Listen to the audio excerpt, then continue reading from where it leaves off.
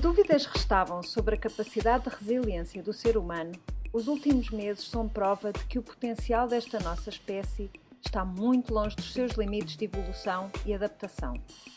E se nos centrarmos sobre o género feminino, então, a observação aponta para um generalizado domínio de poderes sobrenaturais, ou, no mínimo, de superpoderes, única explicação plausível para o esforço de proporções épicas que temos vindo a suportar.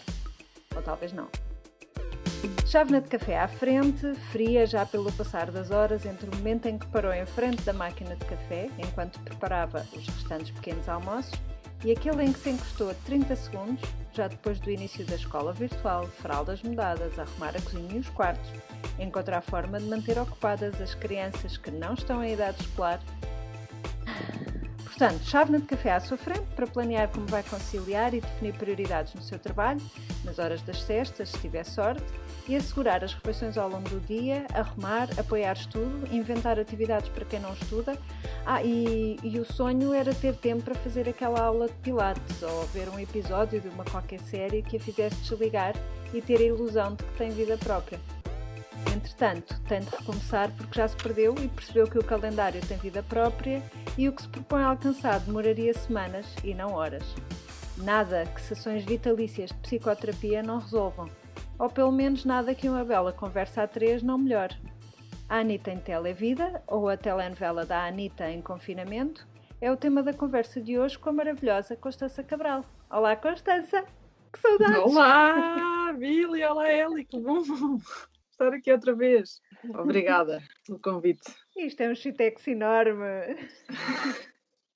E que bom falar com adultos, sem interrupções, esperemos. Que bom.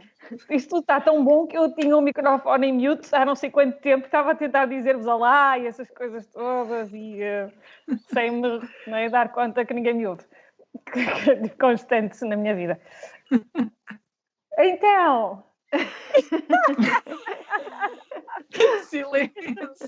Prometo, eu acho que este podia ser um episódio diferente, não é? E conseguirmos algo que se calhar já não temos as três há algum tempo, que é silêncio.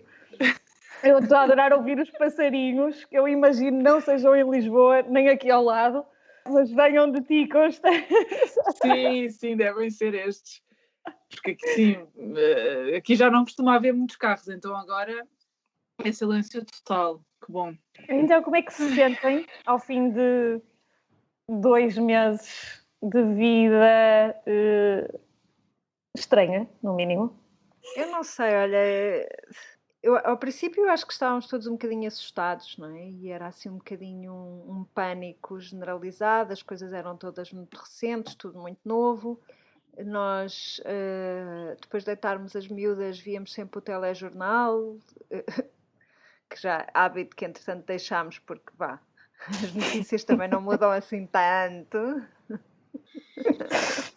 Mas havia assim uma vivência se calhar um bocadinho mais assustada destas coisas todas. Depois, à medida que as coisas também foram estabilizando, felizmente, começaram também a vir ao de cima aquelas, sei lá, às tantas não estamos a morrer do mal, estamos a morrer da cura. E começaram a vir essas maletas todas ao de cima e a sensação de que a qualquer momento nos saltava a tampa, a sensação das emoções todas à flor da pele, coitadas das miúdas. Pronto, agora felizmente, como já estamos na etapa de desconfinamento, nós continuamos a passar a maior parte do tempo em casa. Mas já não existe aquela sensação, pelo menos para mim, já não existe aquela sensação de medo, de susto, de pânico. Já retomei as corridas, para correr não levo máscara, mas de resto sempre que saímos de casa andamos sempre de máscara e já o fazíamos desde o início. As miúdas também já se habituaram, estranhamente, até a Joana que tem 2 anos anda de máscara na rua. E estamos aqui um bocado na contagem decrescente, como eu tenho 2 crianças no pré-escolar. Em princípio ainda haverá escola este período. Para nós é bom porque eu notei muitas alterações e sobretudo a saúde mental a começar a falhar, sobretudo na mais velha. A mais nova ainda é pequenina e está sempre bem. E pronto. Mas a mais velha com imensas reações de raiva, de tristeza, mesmo assim a sofrer. E custa muito também ver os miúdos assim a sofrer. Sinceramente, acho que foi das coisas piores e que mais me fazem rezar pela reabertura das escolas. Constança, queres-nos contar um bocadinho como é que têm sido estes teus meses? Sim, eu quando vocês perguntaram como é que se sentem, acima de tudo eu estou cansada. Estou cansada fisicamente, mentalmente e estou cansada desta incerteza e tudo. O panorama aqui em Espanha é diferente, porque já morreram 30.000 pessoas e continua a haver contágios. É claro que as taxas de mortalidade baixaram exponencialmente, mas continua a haver contágios e agora que estão a desconfinar muito devagarinho, porque isto está a ser tão mau que, enfim, temos de ter um confinamento muito rígido e um desconfinamento também. Eu vejo que as pessoas estão bastante mais descontraídas. Por exemplo, este fim de semana aqui na aldeia já veio toda a gente, porque só agora é que eles puderam ir para as segundas casas, os espanhóis, mas só dentro da mesma província. Portanto, todas as pessoas de Logronho, que é a cidade aqui ao pé, vieram passar aqui o fim de semana e já andavam na rua.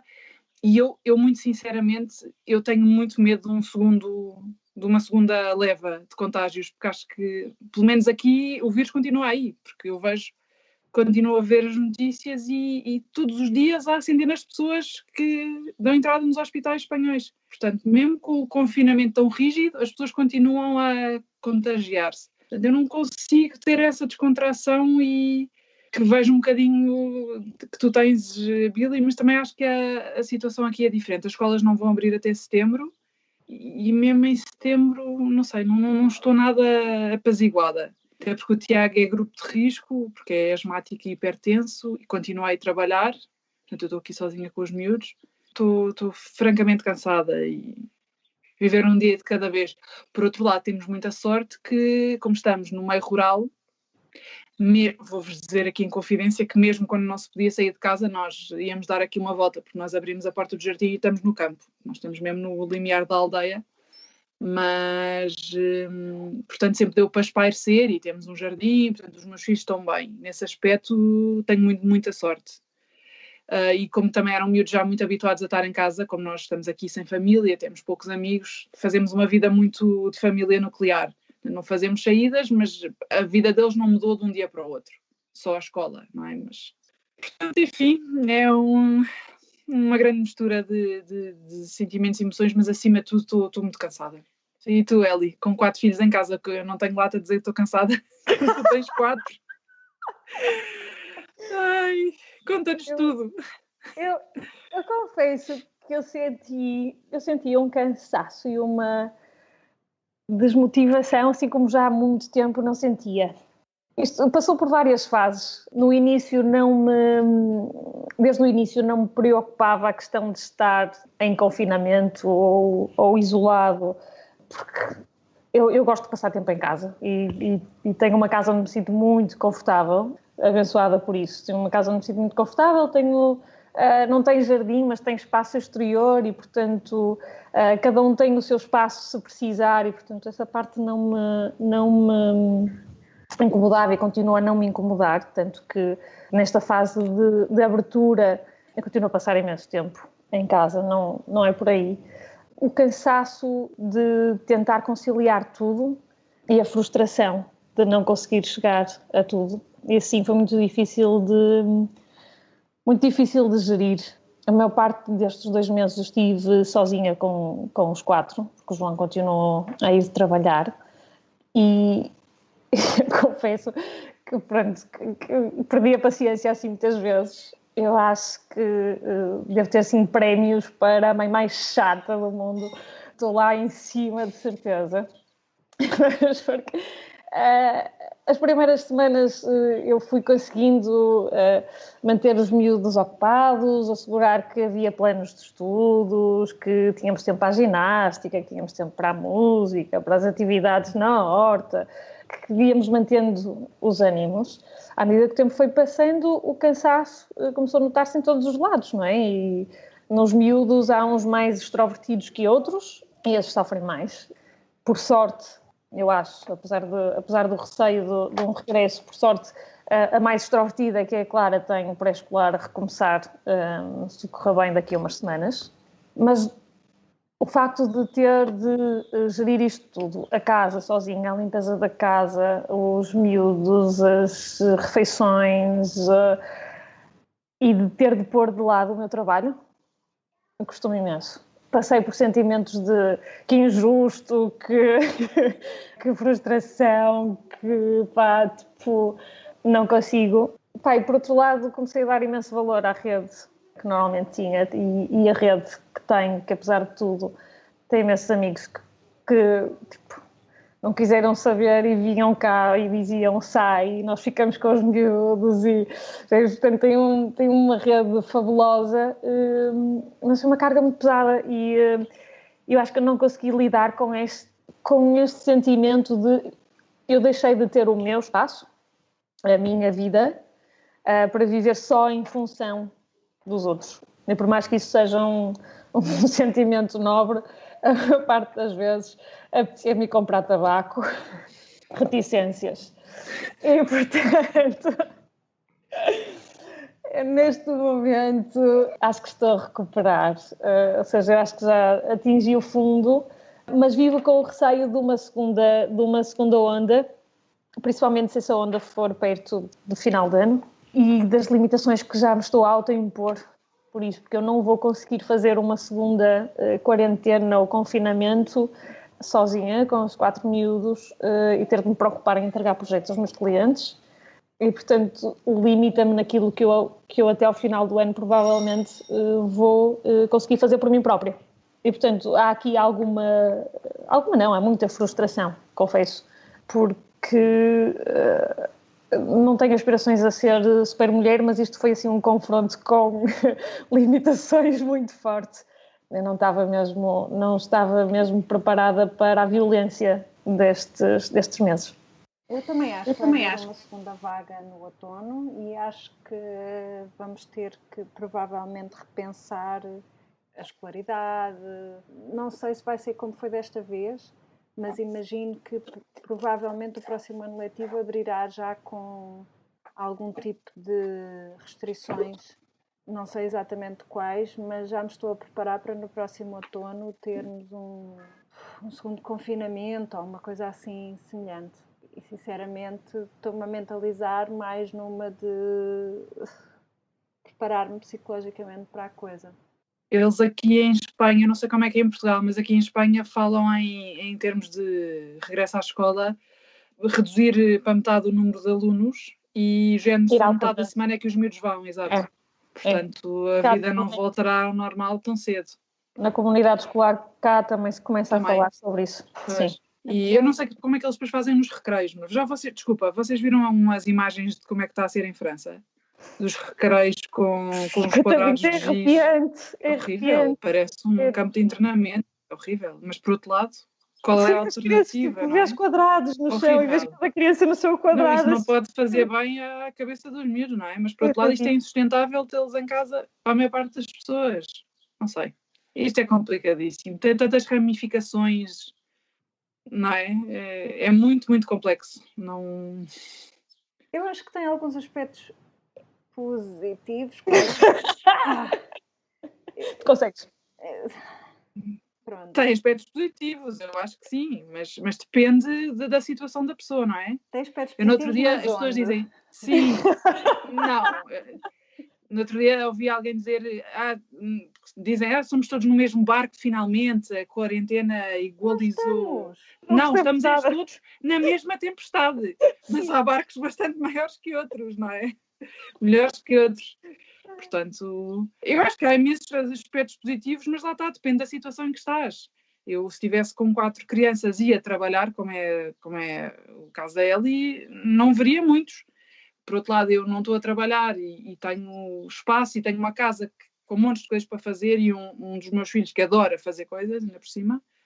Há muitos aspectos positivos para eles. Eu acho que eles vão lembrar disto com memórias muito boas, não é? Que nunca tiveram tanto tempo com os pais, não tanto tempo em casa. Lá está, não sei.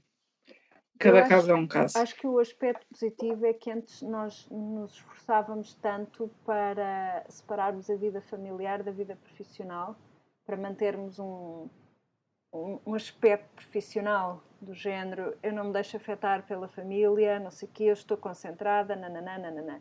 Agora, não há reunião por Zoom que não seja interrompida por uma criança. Pronto. e uso o verbo interromper quase como, quer dizer, nem devia dizer isso. Não há reunião nenhuma que não tenha uma criança a aparecer em algum momento. E não é interrupção. E é bom que assim seja, porque realmente nós somos pessoas com aspectos todos muito diferentes e acho positivo essa integração. Acho negativo o stress que isso traz às pessoas. Porque a mim posso dizer que me trouxe stress. Até que às tantas aceitei e pronto. Não há reunião nenhuma que eu não tenha por Zoom, que não tenha. Depois às tantas vem uma miúda, senta-se ao colo, vai-se embora. Depois vem outra, senta-se ao colo, vai-se embora.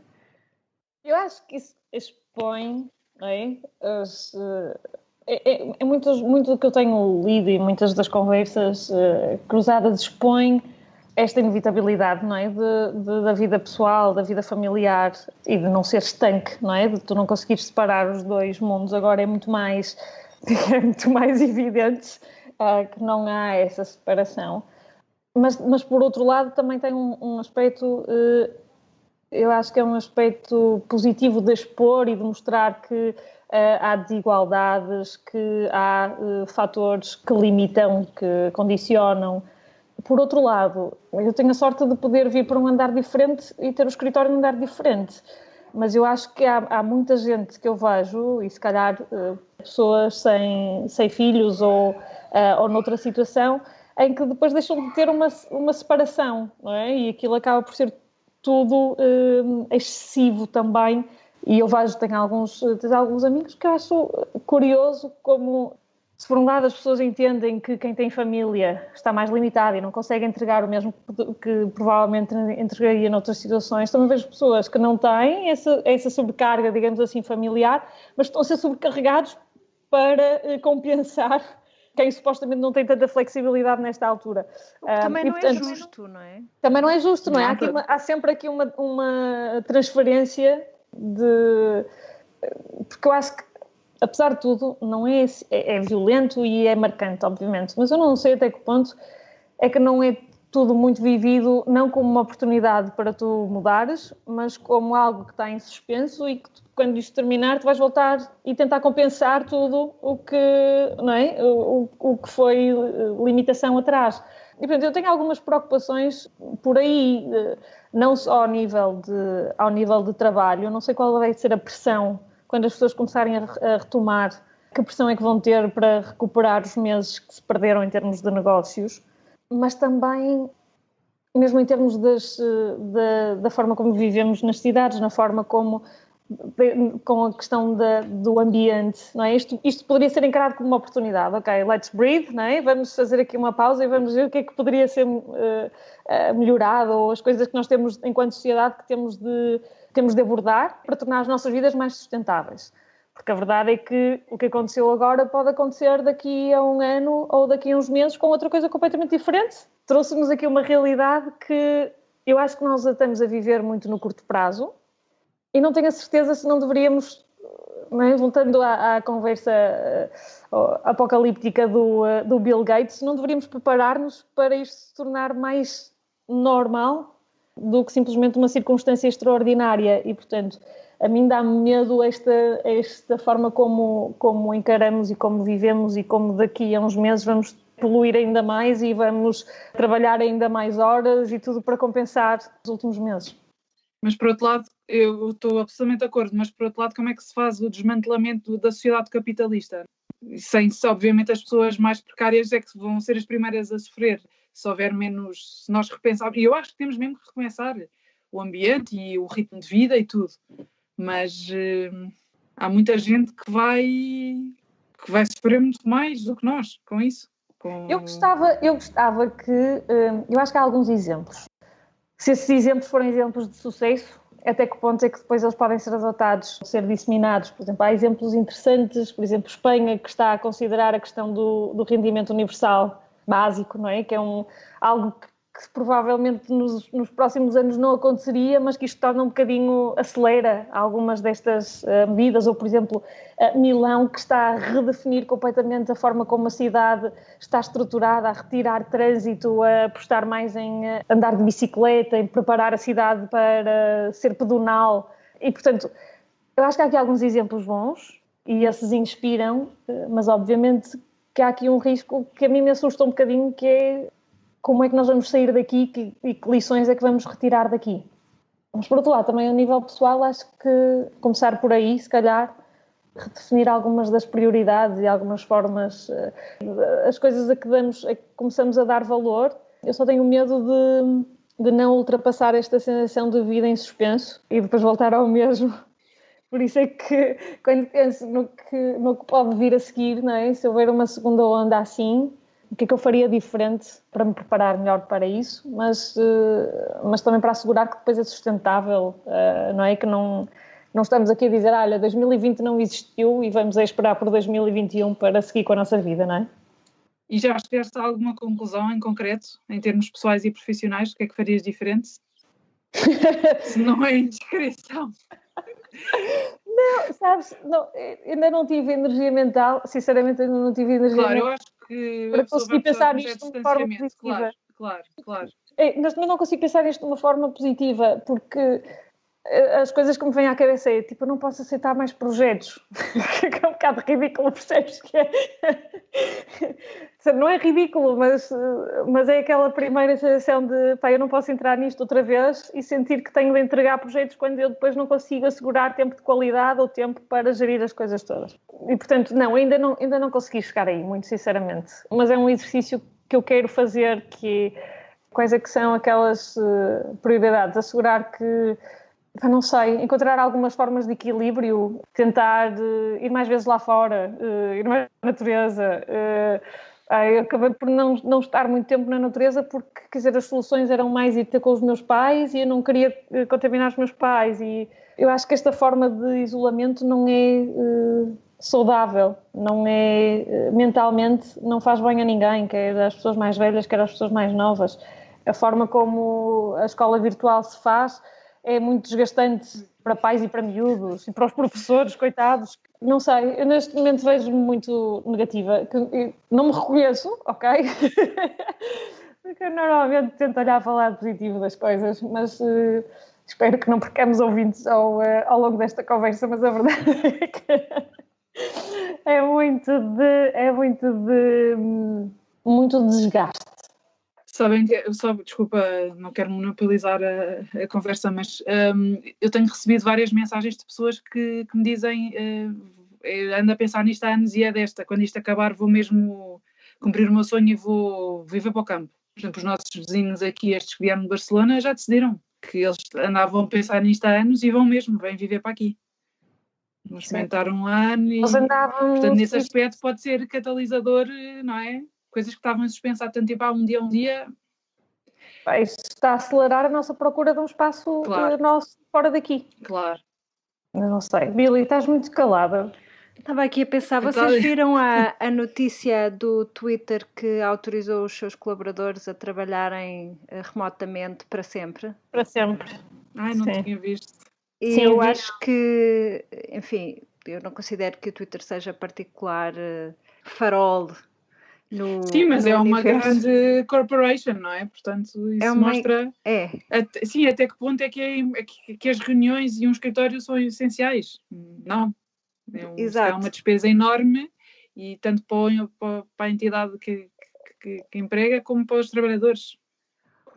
Outra coisa que também temos estado a falar, por exemplo, nas minhas aulas de yoga, porque nós reuníamos no Shala, não é? Para fazer yoga, e agora temos estado a fazer, eu faço aqui no escritório, com o Zoom, e o que temos estado a falar de como é que vamos voltar à vida dita normal, entre aspas, e andamos a falar em soluções intermédias, continuar a fazer online e, por exemplo, reunir-nos uma vez lá no Shala para a parte dos ajustes, tanto sim, a parte física dos ajustes mesmo com as mãos da instrutora a fazer ajustes nas nossas posições. E a verdade é que, falando do yoga especificamente, tem sido uma experiência diferente que permite um crescimento diferente. E eu acho que sim, se calhar vamos começar a planificar a nossa vida para sermos mais pessoas em teletrabalho. Provavelmente a escola vai ter que mudar de configuração também, mas eu não consigo imaginar uma vida, por exemplo, eu não consigo imaginar ter as minhas crianças em homeschooling, nem em escola virtual, um ano inteiro por sistema. Não consigo. Sobretudo, neste momento, sobretudo a mais velha, tem muita sede de contacto com os educadores e com os amigos. E tem saudades e chora e está a sofrer com isso. Também, obviamente, que também começámos a pensar, isto, o confinamento no campo não tem nada a ver. Este fim de semana fomos à aldeia do meu pai, estivemos lá 4 dias, com caminhadas no riacho e... Sim, eu vi as fotografias no Instagram, aquilo é lindo, onde é que é? Fiquei cheia de vontade de lá ir. É perto do Fundão. Pois, eu pensei, a beira interior tinha ar disso. Sim, é na beira interior e é maravilhoso e a casa é super confortável e estamos lá lindamente.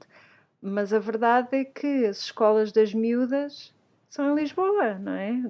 Se calhar, se começarmos a ter um regime misto de escola, uma parte presencial, uma parte à distância, se calhar será mais compatível com uma mudança, pelo menos temporária, parcial, mas... Olha, eu gostava que isto, por acaso, impulsionasse as pessoas a ir viver para o campo, porque se as pessoas viessem viver para o campo, e não tem que vir toda a gente, e só as pessoas que tivessem vontade de vir para, de facto, dar esse passo. Porque acho que isto é um bocado uma pescadinha de rabo na boca. Ninguém vai porque não há serviços, porque não há escolas, porque, não é? Mas também, se ninguém vai, também não há investimento nisso. E, não sei, acho que não temos todos que viver em cidades. E a desertificação do campo é um problema real.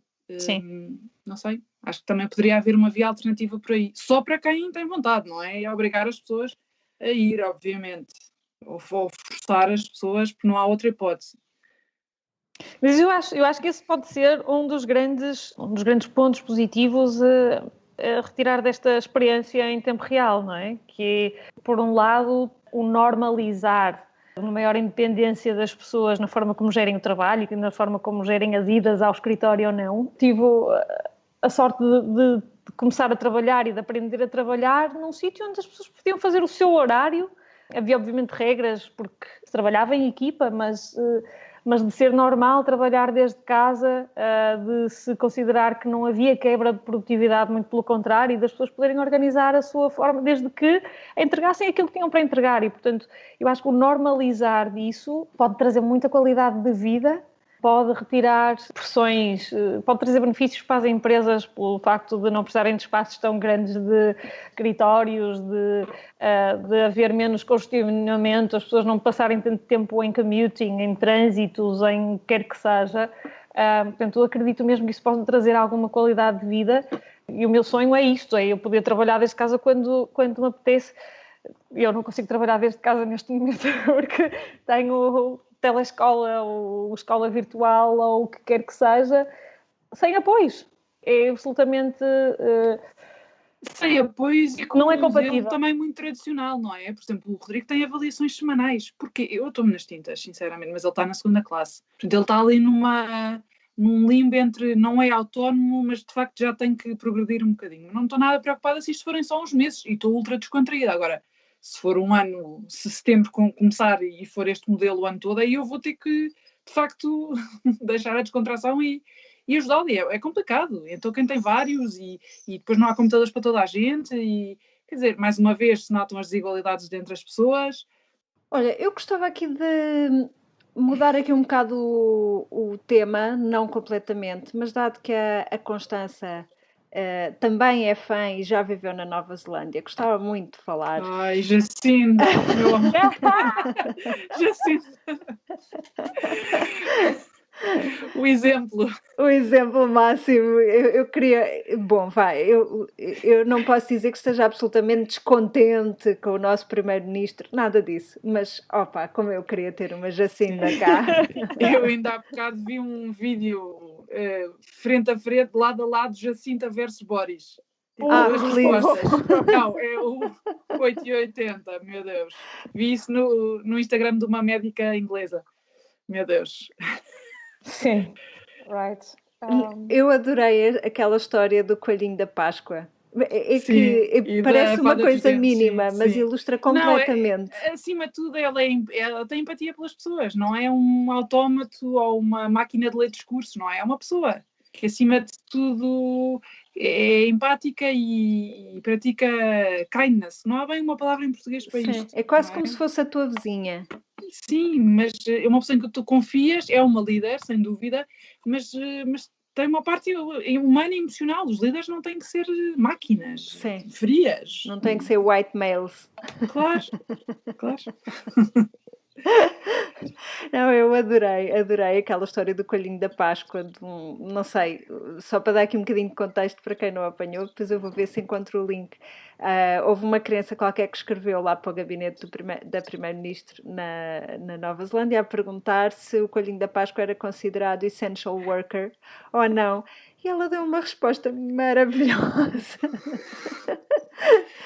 E quer dizer, só demonstra a sua empatia e eu acho fabuloso. A gente até podia dizer, ok, eles são ilhas, têm essa vantagem. O Reino Unido também são ilhas. Sim, e tem uma população pequena, é verdade, mas ela respondeu rapidamente. Ela respondeu sensatez, sem ser extremista, sem ser... Eu acho que é uma lição, porque não sentes que ela esteja numa...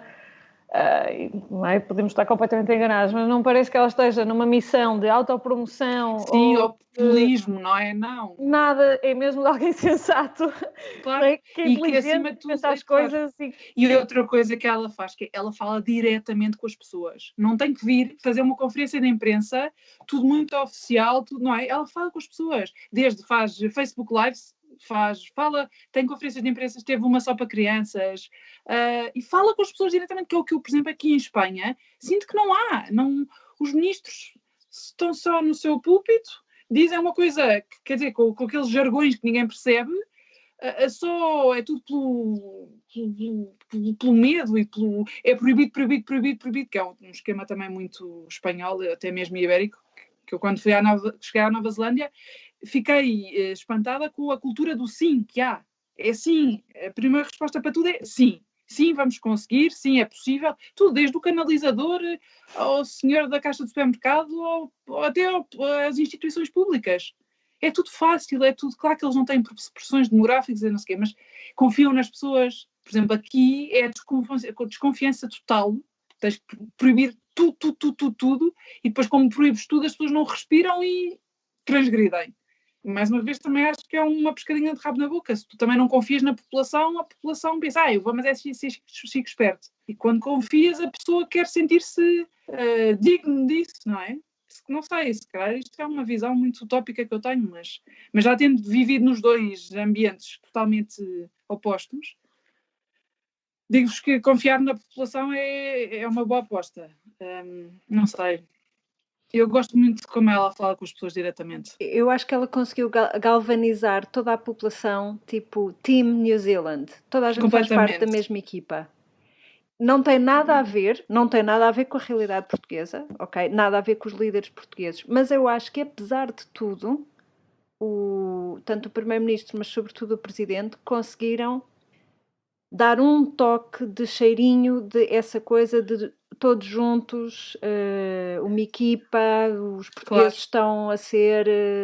acho que o Marcelo dizia muitas vezes, os portugueses estão a ser exemplares no dever cívico, não sei quê, pronto, a gente sabe que é um discurso, não é? Mas apesar de tudo, isto... Mas é uma mensagem, porque ao dizer isso, depois as pessoas quase que se sentem obrigadas. Exatamente, é como educar os teus filhos. Se tu confiares neles, eles não te vão enganar, em princípio, não é? Porque não te querem desiludir, porque sentem que tu confias. E se tu proibires tudo e disseres vocês não prestam, vocês só desobedecem, é o contrário. É o que vai acontecer, sim. E aqui não, aqui é uma luta constante entre governo e oposição, e há os governantes, e depois há a população espanhola que são tipo, ninguém fala connosco, não é? Porque agora insiro-me nisso. Aqui é o exemplo da má gestão. Eu aqui não senti isso. Não, acho que o exemplo da má gestão é nos Estados Unidos. Lamento, Constância. Ai meu Deus, sim, é verdade. Ninguém ganha. Mas por acaso eu tenho que dizer que, enfim, não sendo Jacinda, porque eu sou mesmo fã da Jacinda, acho que em Portugal não correu assim tão mal, porque acho que, pelo menos no início, todos se uniram atrás da mesma bandeira. E acho que isso transmitiu uma mensagem muito importante para as pessoas. Sim. E nisso, pá, pronto, estou aqui a puxar do orgulho nacional. Tenho que Mas é dizer que me verdade, e sinto em termos de feliz. números, não correu assim tão mal, não é? Não, Quantas mortes houve em Portugal? Não não, chegaram às 2.000? Quantas? Não, 1.000 e tal, não tal, é? acho Quer eu, dizer, não é nada. quer dizer, são 1000 e tal pessoas que Está morreram, não bem, é? mas aqui Pronto. são 30.000. Mesmo Sim, não tem se nada a ver. fizermos em termos relativos, não. Não tem nada a ver, não tem nada a ver. Não tem nada a ver. E ainda está por apurar quais são as causas. Talvez daqui a 5 anos, em retrospectiva, se consiga perceber um bocadinho melhor. Mas não há dúvida que esta história deles fazerem um confinamento antes dos casos serem alarmantes Claro. funcionou. Funcionou. Agora vamos ver como é que corre e, sobretudo, como é que nos adaptamos a esta nova vida. E eu acho que se as lideranças forem inteligentes, basta olhar para os exemplos asiáticos e no Pacífico, porque há muitos. Os países da Ásia estão todos à frente. Temos Taiwan com... Acho que neste momento já nem têm casos novos nem nada e não chegaram a fechar nada, não chegaram a precisar de confinamento. Temos a Nova Zelândia com a nossa fantástica Jacinda. Nós ainda não falámos dela vez nenhuma hoje, não é? Não. E agora que mencionas. E obviamente que depois sabe-nos bem, eu acho que também tem sido um momento interessante para puxar a brasa à sardinha das capacidades do género feminino, não é? Porque nós temos visto imensos elogios a gestão feminina que tem corrido muito bem e, por outro lado, também um expor das desigualdades e das limitações que as mulheres acabam por sofrer e a forma como esta situação também expõe como é que, mesmo em casa, mesmo nos sítios onde nos consideramos mais avançados, mais abertos, mais igualitários, não existe tanta essa igualdade. Mas acho que, não seja por isso, temos também aqui um boost às capacidades femininas de resiliência, de liderança, de exemplo. Fabulosos, não é? Somos absolutamente fabulosas e é uma mensagem assim boa também para passar aos nossos filhos que precisam destes exemplos bons para perceber que women rule, não é? Pelo menos cá em casa, women rule, claramente. Claramente e alienamente. E qualquer dia, Eva Mendes e Luzmente também. Muito próximo do apocalipse. Mas Eli, basicamente não estás a dar novidade nenhuma, porque nós já sabíamos, não é? Não, mas torna-se, não é? Agora isto é falado. Quer dizer, é uma escala global, não é? Digamos assim. Portanto, nós já sabíamos aqui entre nós, mas é bom ver essa exposição também. Outra coisa que eu acho que também vem ao de cima é aquele tipo de profissões que são mais tradicionalmente atribuídas a homens e a mulheres. Por exemplo, vamos voltar à história dos educadores de infância e dos professores primários num grau ligeiramente inferior. Os homens na educação na altura da infância são uma perfeita minoria, não é? Sendo que como é que vamos fazer a reabertura se há muitas educadoras de infância que têm os filhos em casa e muitas professoras primárias que têm os filhos em casa? Portanto, isto também, lá está, é outra vez a pescadinha de rabo na boca. E acho que isto também vem chamar e virar o holofote para esses temas. Também está na hora de começarmos a quebrar esse estereótipo de profissões, sempre estamos em 2020 e isso ainda existe, das profissões mais atribuídas a homens e mais atribuídas a mulheres. E falar em profissões também houve um holofote nas profissões as que continuaram a ser exercidas, não é? Os trabalhadores essenciais, fora os médicos, todos os outros são as pessoas mais mal pagas, não é? As senhoras da limpeza, as enfermeiras, os senhores dos correios, das distribuidoras. As únicas pessoas que fizeram com que esta sociedade continuasse a trabalhar são as pessoas mais mal pagas, com piores contratos. Será que também se vai olhar para isso? Não sei, mas era bom. Houve uma das reportagens que eu vi na temporada em que ainda vi telejornal e que me marcou. Eles foram falar, acho que com as enfermeiras, médicos e enfermeiras no São José. E falaram lá com uma enfermeira. Eu vou falar de cor e a minha memória está muito fraquinha, mas ela contava, não sei o quê, os preparativos que tinha feito, tinha os filhos com os pais, que estava a viver sozinha numa casa, não sei o quê, nananã, que já não via os filhos há não sei quantos dias, mas que ia trabalhar com ânimo, com força de vencer, em equipa, com a sua... E via-se a paixão dela na voz dela, o que é incrível, como é que as pessoas têm paixão. Eu admiro como é que têm paixão por ir espetar agulhas É a vocação, não é? É incrível. É a única explicação. É incrível. E limpar fluidos corporais de pessoas, isso assim, e fazem-no com um sorriso e pronto. E depois a repórter perguntava-lhe, e agora se não é indiscrição, quanto é que leva para casa ao final do mês? E ela diz, levo 630 euros. Como é que é possível? Não, mas não é. E quando os hospitais privados, por exemplo, dão lucro, não é? São um negócio das Arábias. Claro. E porquê é que dão lucro? Por isto também. Olha, fala-nos mais da cultura do sim na Nova Zelândia. Sim, a cultura do sim era nas coisas mais básicas, como tu telefonavas para um sítio porque querias alguma coisa em casa e eles diziam-te. Claro que sim.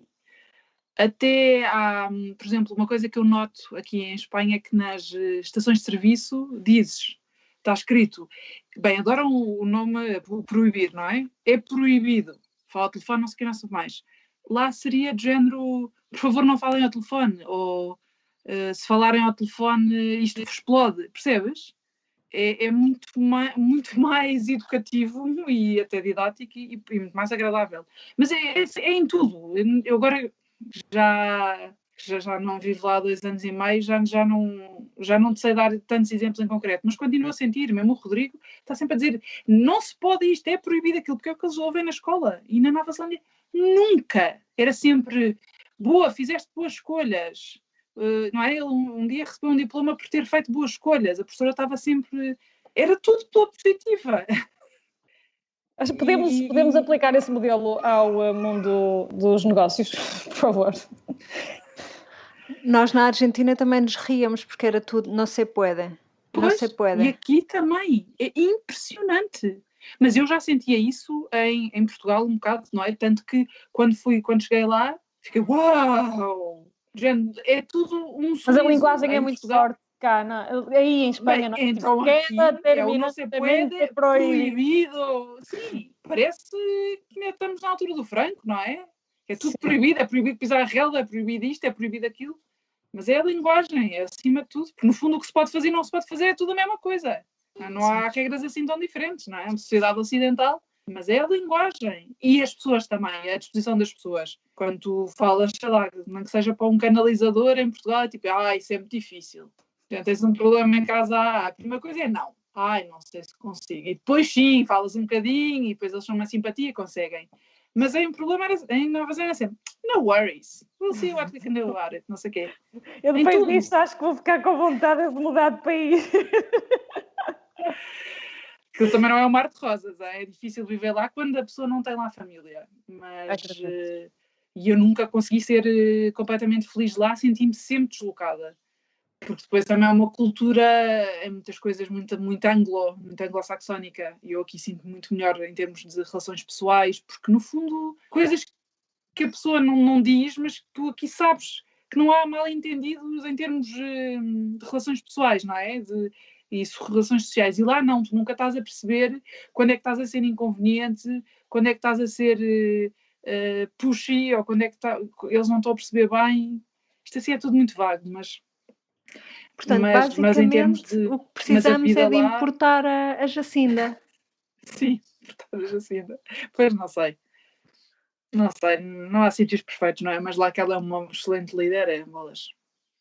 Eu no outro dia vi um artigo também, não sei se vocês leram isso, já não sei se era num jornal britânico, que olhava para os países com líderes femininas, que nenhum deles fez erros crassos. E eles diziam, não é que não haja países com líderes masculinos que também não tenham estar a mostrar um bom desempenho, mas que os que têm mulheres, era tudo exemplos bons. Eu tenho que procurar isso, para também pormos nas show notes. Também, infelizmente, são muito menos, não é? São muito menos, eram 5 ou 6, tanto. Sim, eram muito poucos.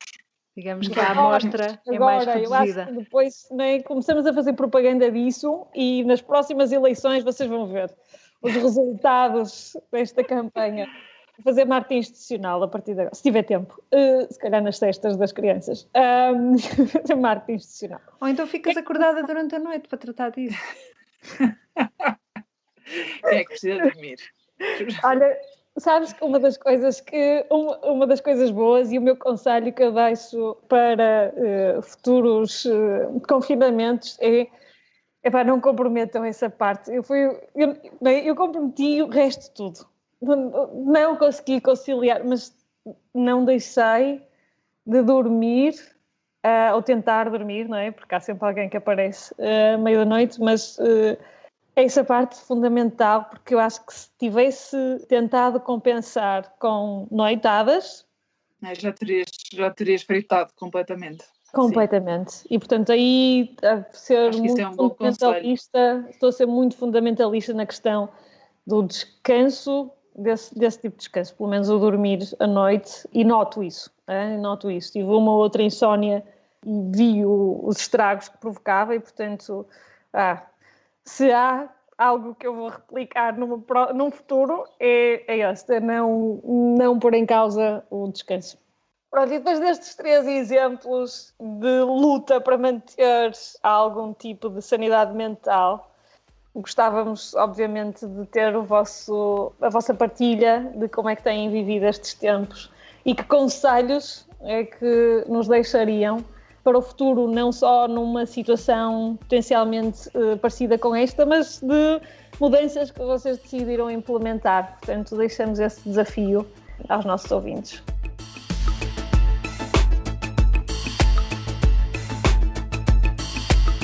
A Anitta regressa ao trabalho a cada 2 semanas, quer dizer, nesta altura, de certeza que não, com um ponto de situação nos seus projetos, aqueles que consegue manter.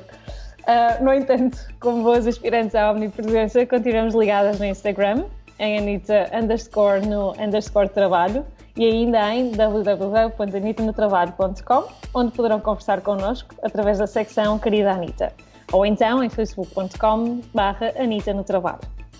Anita no Trabalho é um podcast produzido por Ana Isabel Ramos, designer, ilustradora e knitwear designer em airdesignstudio.com e instagram.com/air_Billy, e Eliana Soares, marketeer e estratega em nautilo.net e instagram.com/AliceInWonderland.